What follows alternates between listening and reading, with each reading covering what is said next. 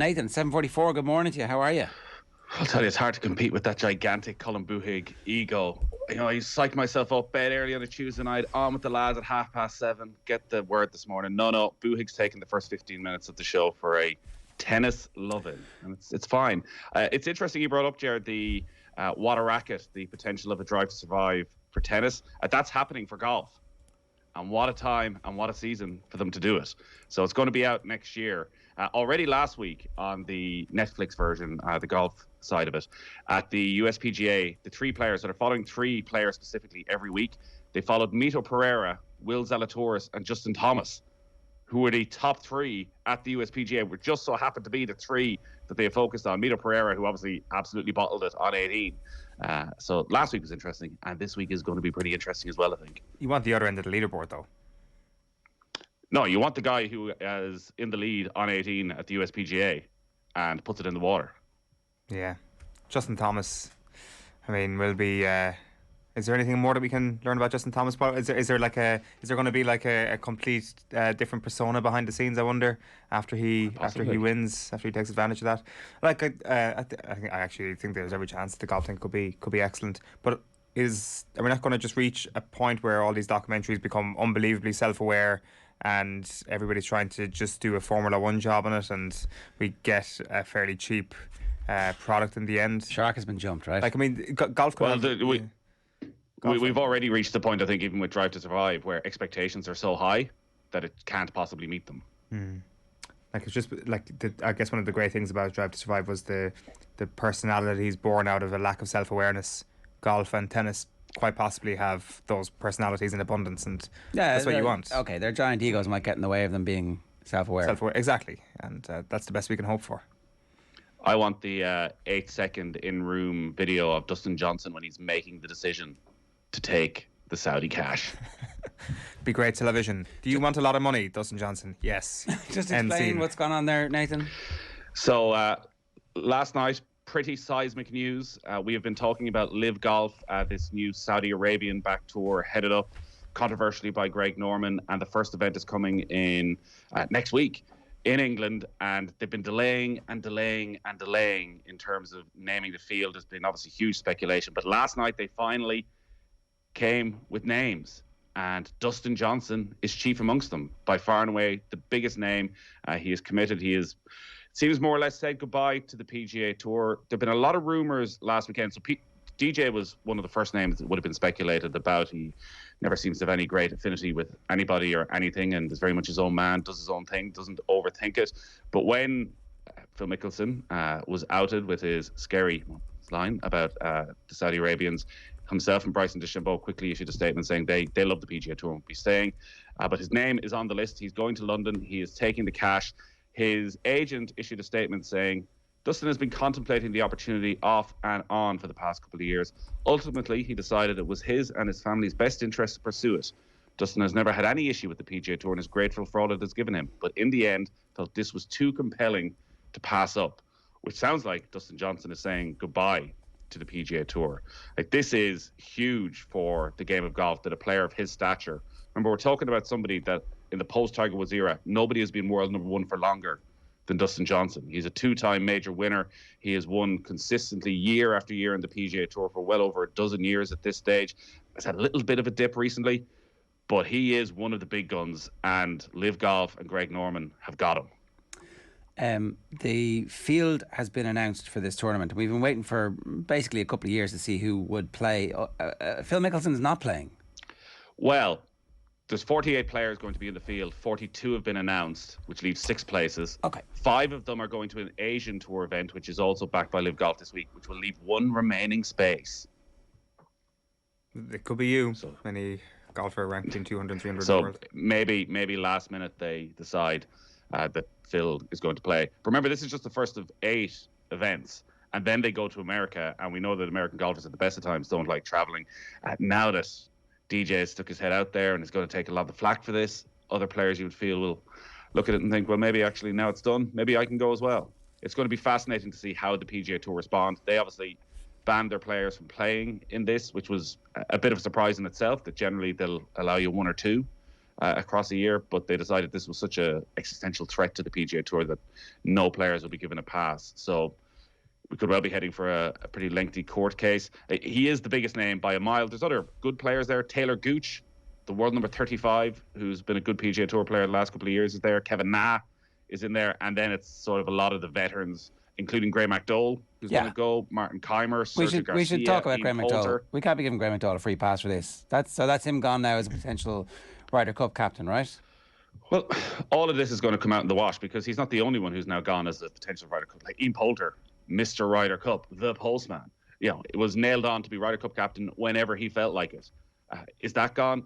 This right now is far greater threat to the European Tour initially than it is to the PGA Tour because a lot of the rest of the field is made up with semi-decent European Tour players. Like Oliver Becker's been one of the best players on the European Tour this season. Richard Bland's been the big success story for the European Tour over the last couple of years. They're committed to this.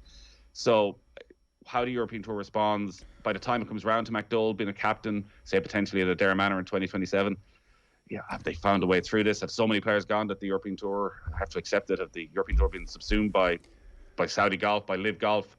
Who knows how it's going to play out? But right now I would expect that the European Tour will have to come out and ban these players, say that for the Ryder Cup it's up. But listen, I think most of these players have looked at the money and just felt that they couldn't turn it down. I honestly don't think the human rights issue has been a major factor in their thinking at all. It's whether or not they want to go to war with the PGA Tour. Sorry, just to be clear, they don't care about the human rights issues. That's what these golfers are saying. They don't care because bear in mind they're all already phenomenally wealthy, and they're deciding that they don't care about human rights. That their bank balance is more important than that, and they're happy to get into bed with anybody. The Graham McDowell element of this is interesting, and he's done quite a U-turn.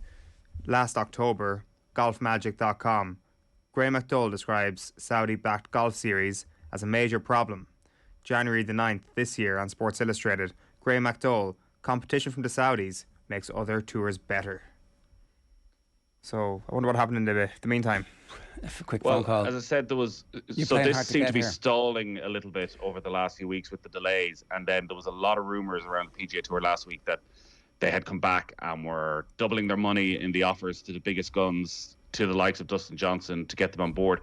I don't think Graham McDowell is getting insane money to start with. He's not that big a name still, but he's looking at this, and they're playing in London on what is a pretty average field, with the exception of Dustin Johnson. 4 million first prize. Everybody who plays is going to get at least 120k. It builds up to the final end of season event, which there's a team element to this as well, which is going to become clear over the next little while. But the final event, which is obviously going to take place at one of Trump's golf courses, a 50 million quid prize fund. So 16 million for the first place team. So 4 million per player. It's kind of insane, the sort of money they're going to play for. But I think you're right. I don't think they care about the human rights issue at all. I really don't think for the vast majority of players it was a factor in their delay to committing. It was, if this goes legal, where do we stand in terms of the majors? So Dustin Johnson's is a former US Open champion. The US Open is on in just a couple of weeks' time. Is there going to be implications there? It's an Open. It's hard to see it, but he's a former Masters winner.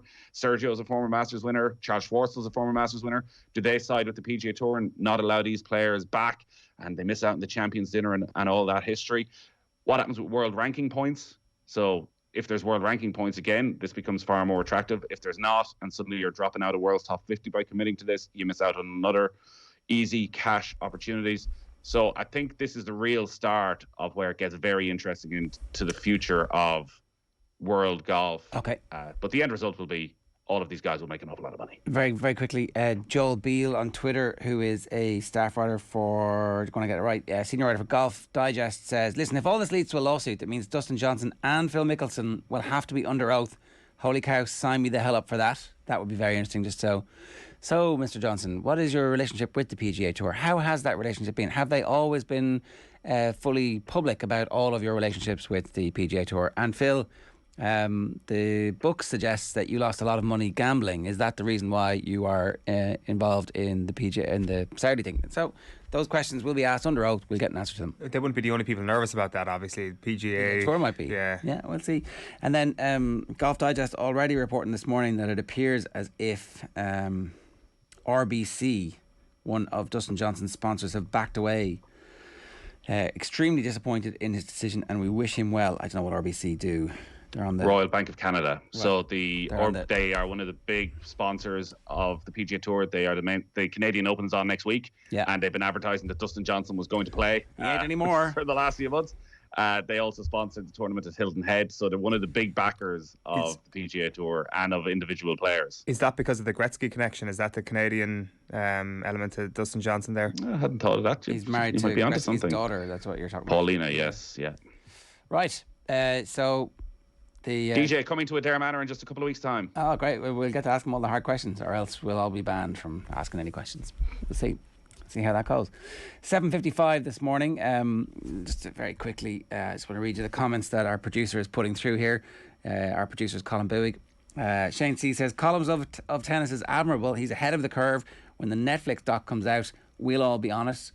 Brian Dillon says, resident tennis brat Colin Bowie staying up that late. Fair play. I wish I was allowed to stay up that late. And Chris Cahill says, now his wonder boy Alvarez has lost. Will Colin change his hairstyle? Before you lunged into the golf story there, I was going to point out that Colin has his own theme tune as well. He's got his own walk-on music that he's developing for the show. Did you know this? Well, we're trying to work on a format where we're getting like WWE style behind the scenes steady cam footage of people as they walk on. We're hoping to like fine tune it so that we can do virtual insanity properly, so that we get, tracking camera John Duggan walking from his desk to the studio. But of course, the end product of it all will be Colin Bowie walking in for his tennis slots. Yeah. I mean, all the rest of the stuff is just like so that we can do the tennis stuff. Yeah. And anything else that like it's like, oh, you all need theme tunes but we don't have any. It's like, oh, I've got one. What will Colum's theme tune be? It's one of his mates singing. Nice. Gary Carroll. Yeah. Oh, were you getting the endless WhatsApp messages as well? See, look, here's the thing, Nathan. You can pretend that you're somehow not involved in this, but you created the template for the self-aggrandizing. That's like he's just following your lead. Wow. There you go. What do you want to talk to us about? The pain of the end of the season that Liverpool fans are feeling at the moment. Have you recovered? This is the bit where he goes from like super reporter to super nasty. Watch. There's a little angry head getting on there quick. Come on, go for it. What do you want me to say? It was a disappointing end of the season for Liverpool. Was it a good season? I think it was a very good season, but didn't obviously reach greatness because of what happened in the last couple of matches, the last few games, and not being able to win the league, not being able to win the Champions League. But they played 64 games, lost 4 matches, going up against a side in Manchester City that are verging on being impossible to topple, that are setting unprecedented highs in terms of points. But I think along the way, they play a brilliant style of football. They're always good to watch, and just came up short in a couple of massive matches, which I'm sure is going to sting for Klopp and for the players. But I think it was a very good season. They won a lot of big matches. They scored 9 goals against Manchester United over the 2 games, which I can't imagine has happened ever before. And it's going to be really interesting to see what happens now over the summer. When you were watching the Champions League final, what was your unfolding sense? Why were they just a little bit off from where they have been? Because bear in mind, they've played really well against good teams certainly in very big games, and they've scored goals, but for whatever reason in the cup finals this year they didn't score. And I don't know if you can actually put a pattern from the 3 games, because they're 3 different teams really, but certainly in the Madrid game their best players didn't fizz the way they have in the biggest games this season. No, but they were obviously a better team than Madrid in terms of creating opportunities. But like the Salah one, where he has this outstanding control, the finish is almost a replica of what ends up in the goal of the season against Manchester City, with his right foot trying to go across the keeper. Like, is it that fizz? Is it that bit of fatigue that means against Ederson he manages to put it right in the top corner, just slightly away from his shoulder, whereas with Courtois it sort of just clips him? Like, is that a bit of fatigue that he doesn't hit it as hard, or is that just a bit of luck? It's very hard to tell. And if that goes in, we're talking about one of the great Champions League final goals, and we're talking probably about a very different conversation in terms of Liverpool's season. But I think it did feel as though they ran out of steam in a lot of games towards the end of the season. Like the Tottenham game, which ultimately was the one, if one thing doesn't necessarily lead to another, and maybe City don't drop points, if Liverpool don't drop points and all of that.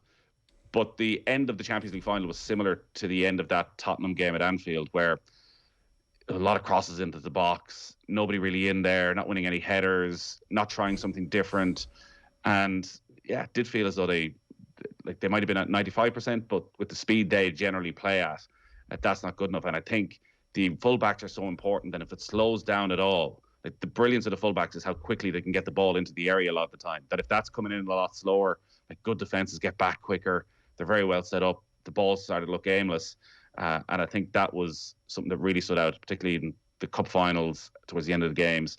But you wouldn't look at any of the cup finals and say they didn't play well. Particularly Carabao Cup final wasn't a great game, but the FA Cup final, they were, again, created an enormous amount of chances.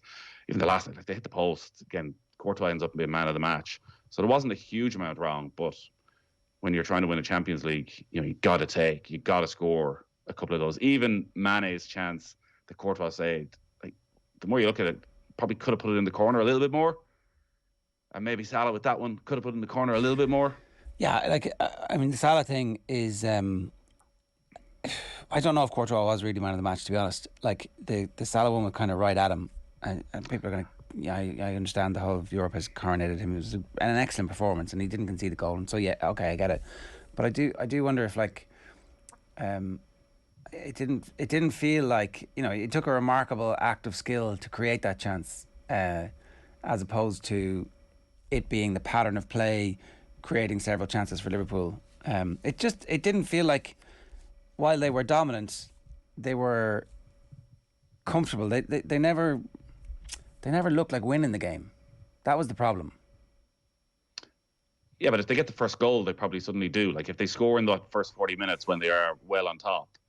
But again, it's all ifs. And yeah, I certainly felt that Madrid always, and how could they not, had the ability to get them on the counter-attack and to create opportunities themselves. But Madrid didn't create an awful lot of chances, and Trent has one moment where he switches off and it ends up costing them the game.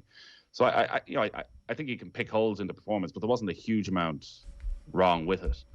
I do think, and obviously Mane going, and if they don't get a big fee from him, it's probably not ideal. But I do think while Diaz has been exceptional since he's come in, that having to move Mane into the middle takes a lot away from Mane. He's not anywhere near, say, Firmino at his best in that sort of holding role as a number 9, dropping a bit deeper. Everything with Mane can be a little bit clumsy, and that's what makes him brilliant in a way, that a bit of trickery, the ball's bobbling here and there, and he reacts quickest. Whereas actually, I think in that more central role, you want a bit more control in it. So I think if Mane goes, and presumably he does go, that the player they'll be looking to bring in is probably more likely to be a central striker. Yeah. Because Diaz is already there. Like Diaz is Mane's replacement. Yeah. Okay. Let's talk about the Republic of Ireland. It's an unbelievably busy and important 10 days for them. The team hopefully are on flights this morning to Yerevan. I don't know, is there some way of getting them away from the chaos? Is there we'll stick on a special treatment?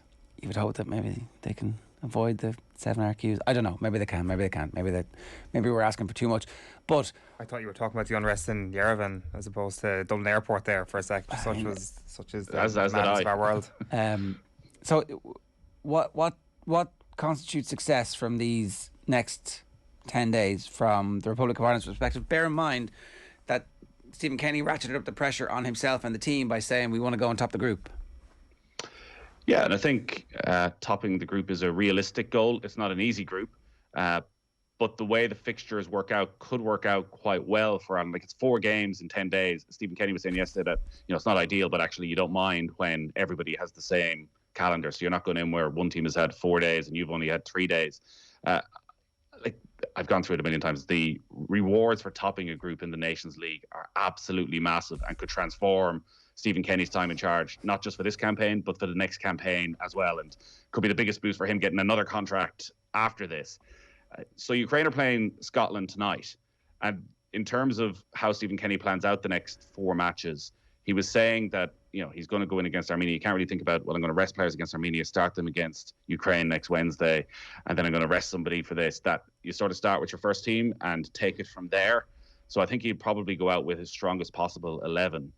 And then a lot will depend maybe on what happens tonight, because if Ukraine beat Scotland, Ukraine are then playing on Sunday against Wales in the playoff final, which means they would be coming to Dublin, you would imagine, resting pretty much all their players because they've just played 2 huge matches. Where if they don't, suddenly they've got a break and they're coming in fresh, and you're thinking that's the toughest game. Like, remember, Ukraine got to the quarterfinals of the Euros last year. They've been up in Division 1 of the Nations League. They've got a lot of quality players there. So I think it's a tough group, but if they can get off to a good start, win in Armenia, you would expect to beat Armenia at home. Like, Armenia, it could be a good time to get them while they obviously were promoted from Division 3. Like, they've collapsed defensively in recent. Like, they conceded 9 in their last match against Norway, conceded 18 in their last 4 games. So defensively, they've been a little bit of a shambles. So I think there's an opportunity to finally get a win. Remember, our record in the Nations League is a disgrace. We have never won a game. We've never won a game. Only San Marino have scored fewer goals than Ireland in the Nations League. So while this should have been a competition that benefited Ireland, it's been anything but so far. But it feels like a very typical international build-up in that nobody's quite sure what's coming. But by, 2 o'clock kickoff on Saturday, by 4 o'clock on Saturday, we'll either be, serious questions about Stephen Kenny's future again, or we'll be all looking forward to qualifying for the World Cup. I think the most astonishing statistic from Ireland's time in the Nations League is that they have suffered 0 relegations. Like, how that has actually happened is kind of beyond comprehension. Like, so just that last bit you said there, that if it's a poor start to the campaign for Ireland, that there will be a sort of referendum on Stephen Kenny again, and certainly in public discourse. Is that really how you think it is? That we're still very much at a... I think in terms of the FAI, we're past that. But yeah, that's every Ireland manager, every single match. If you don't win a game, the criticism will come. And while there's momentum there now, and there's a good body of work, that progress has been made in terms of style of football and results and scoring goals and been attractive to watch. Again, people look at Armenia as an absolute minnow. If you don't beat Armenia, questions will be asked. But I don't think there's any. If Ireland don't do well over these 4 games, I still don't think there'll be any major questions about Stephen Kenny's future. No. There's a campaign to come, irrespective of what happens here. And I know the point you're making about if we were to do well in this, it kind of just guarantees everything will follow from that point, and you get better games and you get better quality of opposition. You get to test yourself, and like, it's a virtuous circle. That's what's on offer. Give me the scoreline from the game in Castlebar at the weekend. That's Mayo in a qualifier. You're looking at either extra time or a last minute point, maybe a 116 to 115 victory for Mayo. This is the biggest game in Mayo's season. If the game was in Clonus, I'd feel far more confident. Why? You spent all that money on doing up the gaff, and now you don't want anybody to come there. Yeah, it's yet to be proven though that that everybody likes the gaff. So Mayo's record at Castlebar has never been great. Yes, they've obviously changed the pitch and done it up, and maybe it suits their style a little bit more. But there's a bit of magic in Mayo on the road that always seems to bring the best out of them. But is that because all your best people leave? Is that what you're saying? Well, some leave, Ger. A lot of great people have remained. Stop trying to get me in a lot of trouble here. What's the undertone there? Owen Sheehan's power ranking suggests the Mayo win. That's the main thing. Have you heard anything? Any nuggets of information coming out of the Mayo camp? Nothing comes out of the Mayo camp these days. Really? Okay. Certainly nothing true anyway. Well, that's for sure. Horan obviously sat down last week with I think a lot of the local media and outlined that there's doubts about several players, but if Oisin Mullen is fit, if Killian O'Connor has a couple more weeks of training under his belt, I think Mayo should have just enough. Right. Just enough. All right. Very lacking in confidence, but hopefully there'll be some more confidence on show in Castlebar tomorrow night. Nathan, good stuff. Thanks a million. The Royal Theatre, Castlebar, tomorrow night in celebration of Mayo football, a look at the championship race and much more. It's the Football Pod Live with Paddy Andrews, James O'Donoghue and special guests. Check out otbsports.com/events, or you can get to Ticketmaster. You'll be able to get tickets on the door, I think, as well. Stay tuned to OTB for details of more shows to come.